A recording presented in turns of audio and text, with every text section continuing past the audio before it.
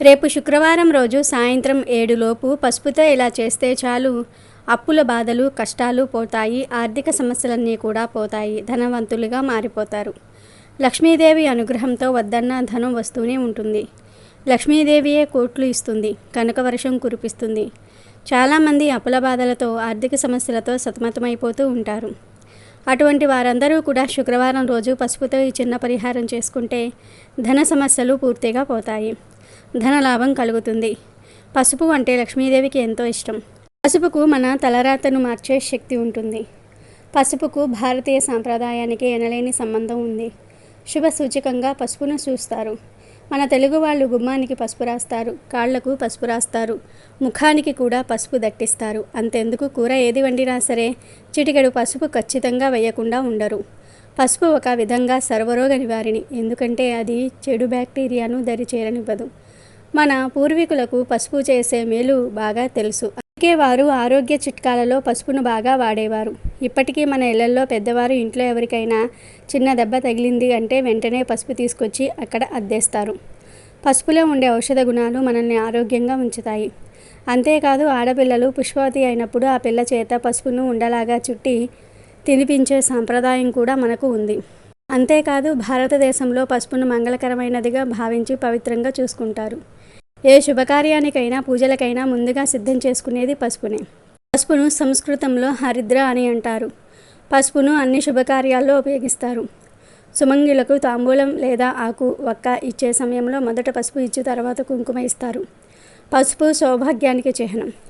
ఈ కారణం చేతను సుమంగులు తన భర్త శుభం కోరుతూ మాంగళ్యానికి పసుపును ఉంచి నమస్కరిస్తారు. ఇలా పసుపు అన్ని విధాలుగా మానవ జాతికి ఉపయోగపడుతుంది.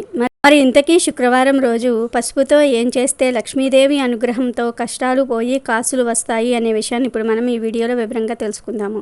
అంతకన్నా ముందు కపిల గోవుకు ఎందుకు అంత ప్రాముఖ్యత ఏర్పడిందో తెలిపే పవిత్ర కథను విందాం. ఫ్రెండ్స్, ఫస్ట్ అయితే ఈ వీడియోకి ఒక లైక్ కొట్టి మా ఛానల్ని సబ్స్క్రైబ్ చేసుకొని మాకు సపోర్ట్ చేయండి. ఎందుకంటే మీ సపోర్ట్ మాకు చాలా అవసరం. అసహ్య మీద ఉన్న భీష్ముడు కపిలగోవు విశిష్టతను ధర్మరాజుకు వివరిస్తూ, ధర్మనందన, పూర్వము ఒకసారి దేవతలకు ఆకలి వేసింది. దాంతో వారంతా బ్రహ్మదేవుడి వద్దకు వెళ్ళి తమ ఆకలి తీర్చమని కోరారు. అప్పుడు బ్రహ్మదేవుడు వారికి అమృతం ఇచ్చాడు. దేవతలు ఆ అమృతం సేవించారు. ఆ అమృతము యొక్క సువాసనల నుండి కామధేనువు ఉద్భవించింది.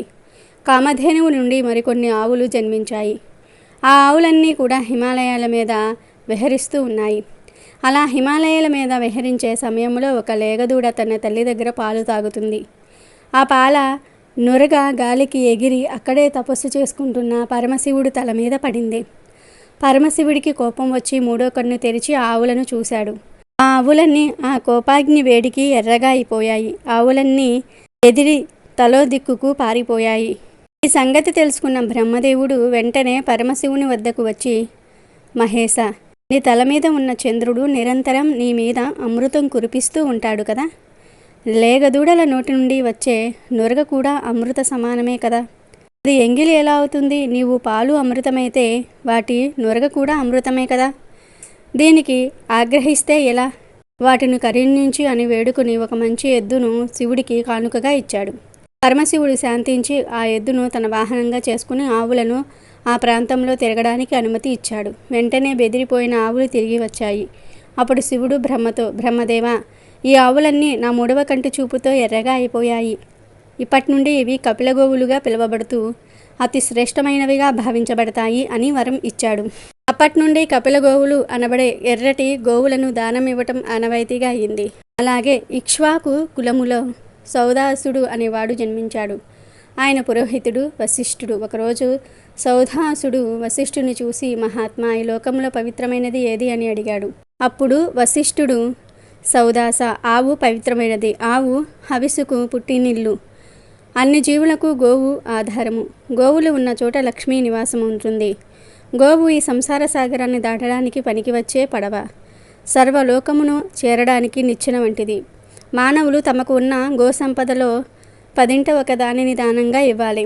గోవును ఉదయం స్మరించి నమస్కరించటం వలన అధికమైన పుణ్యం వస్తుంది. ఆవు పేడ, ఆవు పంచకము పవిత్రమైనవి. కానీ ఆవు మాంసం తినటం మహాపాపము. మానవులకు పీడకలలు వలన వచ్చే ఫలితం గోవును స్మరిస్తే నివారింపబడుతుంది. ఆవు పేడతో ఇల్లు శుభ్రం చేయటం, ఆవు పంచకం ఔషధంగా తీసుకోవటం మంచిది. బ్రాహ్మణులు గోసంపద కాపాడుకుంటూ ఉంటారు. గోదానము వలన ఆనందకరమైన సుఖాలు కలుగుతాయి అని వశిష్ఠుడు గోధాసుడికి గోవుల విశిష్టత గురించి చెప్పాడు. సాక్షాత్తు ఆ పరమేశ్వరుడి అనుగ్రహం పొందినందున కపిల గోవు అతి శ్రేష్టమైనదని అంటూ భీష్ముడు వివరించాడు. ఇక వీడియోలోకి వస్తే, పసుపు అంటే లక్ష్మీదేవికి ఎంతో ఇష్టం.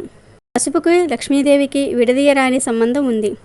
పసుపుతో ఎటువంటి పరిహారాలు చేసినా అద్భుతమైన ఫలితాలు వస్తాయి. పసుపు అంటే ముక్కోటి దేవతలకు ఇష్టము. అందుకే ఏ పూజలైనా సరే తప్పనిసరిగా పసుపును వాడతారు. ఎవరైతే ఆర్థిక సమస్యలు, అప్పుల బాధలతో సతమతమైపోతూ ఉంటారో వారు పసుపుతో శుక్రవారం రోజు ఒక చిన్న పరిహారం చేస్తే సమస్యలన్నీ కూడా పోయి సకల ఐశ్వర్యాలు సిద్ధిస్తాయి. ఈ పరిహారానికి 1 స్పూన్ పసుపు, 1 కర్పూరం బిళ్ళ ఉంటే చాలు. అసలు ఏం చేయాలి అంటే ఏమీ లేదు. శుక్రవారం రోజు చక్కగా పగటిపూట అంటే ఉదయం 7 నుండి సాయంకాలం 7 లోపు 1 స్పూన్ పసుపు తీసుకోండి. ఆ పసుపులో నీళ్లు కలిపి ఒక ఉండలాగా చేసుకోండి. తర్వాత ఈ ఉండను ఒక చిన్న గిన్నెలో పెట్టండి. ఈ ఉండ మీద 1 కర్పూరం బిళ్ళను పెట్టండి. తర్వాత అగ్గిపుల్లతో కర్పూరాన్ని వెలిగించి ఈ గిన్నెను మీ ఎడమ చేతితో పట్టుకొని మీ ఇంట్లోని గదులన్నిటిలో కూడా ఒకసారి కలియదిరగండి. మొదట పూజ గదిలో మొదలుపెట్టి వంటగది, పూజ గది, హాలు ఇలా అన్ని గదులు తిరిగేయండి. లాస్ట్లో బాత్రూంలోకి కూడా వెళ్ళండి. ఇలా ఇల్లంతా తిరిగేటప్పుడు, అమ్మ లక్ష్మీదేవి, మాకు ఆర్థిక పరంగా ఎన్నో ఇబ్బందులు ఉన్నాయి. ఆర్థిక సమస్యలు తీరి మేము కూడా వృద్ధిలోనికి వచ్చేటట్టు చూడు తల్లి అని మనస్ఫూర్తిగా సంకల్పం చెప్పుకోండి. ఇలా సంకల్పం చెప్పుకుంటూ ఇల్లంతా తిరిగేసిన తర్వాత ఈ పసుపు ఉండను తీసుకుని వెళ్ళి ఏదైనా చెట్టు మొదట్లో పడేయండి. పూల చెట్లు, వేప చెట్టు, మందార చెట్టు, అరటి చెట్టు, రావి చెట్టు, ఇలా ఏ చెట్టు మొదట్లో అయినా సరే పడేయవచ్చు. ఇలా ప్రతి శుక్రవారం చేస్తే ఖచ్చితంగా ఆర్థిక సమస్యలు పోతాయి, ధనలాభం కలుగుతుంది. లక్ష్మీదేవియే ధనాన్ని ఇస్తుంది. కనుక మీరు కూడా రేపు శుక్రవారం రోజు పసుపుతో ఈ చిన్న పరిహారం చేసి లక్ష్మీదేవి అనుగ్రహంతో సకల ఐశ్వర్యాలను పొంది సంతోషంగా జీవించండి. ఇంట్లోని గదులన్నిటిల్లో వంటగదికి ఎంతో ప్రాముఖ్యత ఉన్నది. అలాంటి వంటగదిలో వస్తువులను సరైన పద్ధతిలో పెట్టుకుంటే మనీని ఆకర్షించవచ్చునని పెద్దలు చెప్తూ ఉన్నారు. మరి ఆ విషయాలను ఇప్పుడు మనం ఈ వీడియోలో తెలుసుకుందాం. వంటగదిలో ఉండే ఒక ముఖ్యమైన పదార్థాన్ని నిర్లక్ష్యం చేయటం వలన అనేక సమస్యలు ఎదురవుతూ ఉంటాయి. వంటగదిలో ఆగ్నేయ మూల దీపం పెడితే అఖండ ఐశ్వర్యం కలుగుతుంది. సాధారణంగా చాలామంది తెలియక వంటగది విషయంలో అనేక తప్పులు చేస్తూ ఉంటారు. దాని వలన ఉన్న డబ్బు ఖర్చయిపోతూ ఉంటుంది. అలా కాకుండా మీరు ధనవంతులుగా మారాలంటే, ముఖ్యంగా ఇంట్లో ఆడవారి చేతికి డబ్బు పెత్తనం రావాలంటే వంటగది విషయంలో ఇప్పుడు మనం చెప్పుకోబోయే ఒక చిన్న పని చేయండి. కొంతమంది ఆడవారు అణిచివేతకు గురి అవుతూ ఉంటారు. 100కు 200కు కూడా ఇంట్లో వారిని అడిగి తీసుకోవాల్సి వస్తూ ఉంటుంది. అలా కాకుండా భర్తలే భార్య చేతికి ధనం ఇచ్చి ఏదైనా అవసరమైతే వాడుకో అనే స్థాయికి రావాలంటే వంటగదిలో ఒక చిన్న చిట్కా పాటించండి. సాధారణంగా వంటగదిలో వస్తువులను అందరూ అనేక రకాలుగా సర్దుకుంటూ ఉంటారు. వంటగదిలో ఉండే ఎంతో ముఖ్యమైన 2 పదార్థాలు ఉప్పు మరియు పసుపు. ఆహారాన్ని రుచిగా చేసేది ఉప్పు. అలాగే ఉప్పుకు ధనాన్ని ఆకర్షించే శక్తి ఉంది. పసుపు లక్ష్మీదేవిని ఆకర్షించే పదార్థం. ఆరోగ్యాన్నిచ్చేది పసుపు. అలాగే చేసిన వంటకు రంగును తెచ్చేది కూడా పసుపే. ఒకటేమో పదార్థానికి రుచిని తెచ్చేది, ఇంకొకటేమో ఆరోగ్యాన్నిచ్చే పదార్థం, అలాగే పదార్థానికి రంగును తెచ్చేది. ఆడవారు వంటగదిలో చిన్న మార్పు చేసుకుంటే చక్కటి ఐశ్వర్యం కలిసి వస్తుంది. సాధారణంగా ఆడవాళ్ళంతా కూడా కాఫీ, టీకి సంబంధించినవన్నీ కూడా ఒక చోట, ఉప్పు, పసుపు, చింతపండు ఇలాంటివన్నీ కూడా ఒక చోట పెట్టుకుంటూ ఉంటారు. అయితే తమ చేతికి డబ్బు పెత్తనం రావాలని కోరుకునే స్త్రీలు మాత్రం వంటగదిలో ఆగ్నేయ మూల ఉప్పును, పసుపును అంటే ఉప్పు డబ్బాను, పసుపు డబ్బాను పక్కపక్కనే పెట్టి ఉంచండి. ఎప్పుడూ వేరు చేయకండి. మీ వంటగదిలో కబోర్డ్లో పెట్టినా లేదా ఓపెన్ సెల్ఫ్లో పెట్టుకున్నా సరే, ఎలా పెట్టుకున్నా సరే పసుపు, ఉప్పు ఎప్పుడూ కూడా మీ చేతికి అందుబాటులో ఉండే విధంగా చూసుకోండి. అంటే కొంతమంది ఉప్పు, పసుపులు, చింతపండు లాంటివి ఒక బీరువాలో పెట్టుకొని వంట చేసినప్పుడు తీసి వినియోగిస్తూ ఉంటారు. కానీ అలా చేయవద్దు. ఉప్పును, పసుపును వంటగదిలో ఆగ్నేయం మూల పక్కపక్కన పెట్టి ఉంచండి.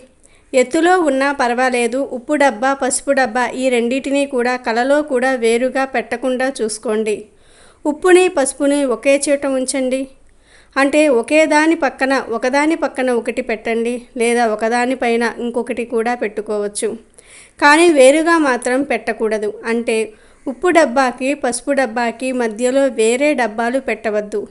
రెండింటిని డిఫరెంట్ సెల్ఫ్స్లో కూడా పెట్టవద్దు. అంటే వేరు సెల్ఫ్స్లో లేదా వేరు కాణాల్లో కూడా పెట్టవద్దు. ఒక్కసారి మీరే వంటగదిలో ఈ మార్పు చేసి చూడండి. వంటగదిలో ఉప్పు డబ్బాను, పసుపు డబ్బాను పక్కపక్కన పెట్టి చూడండి.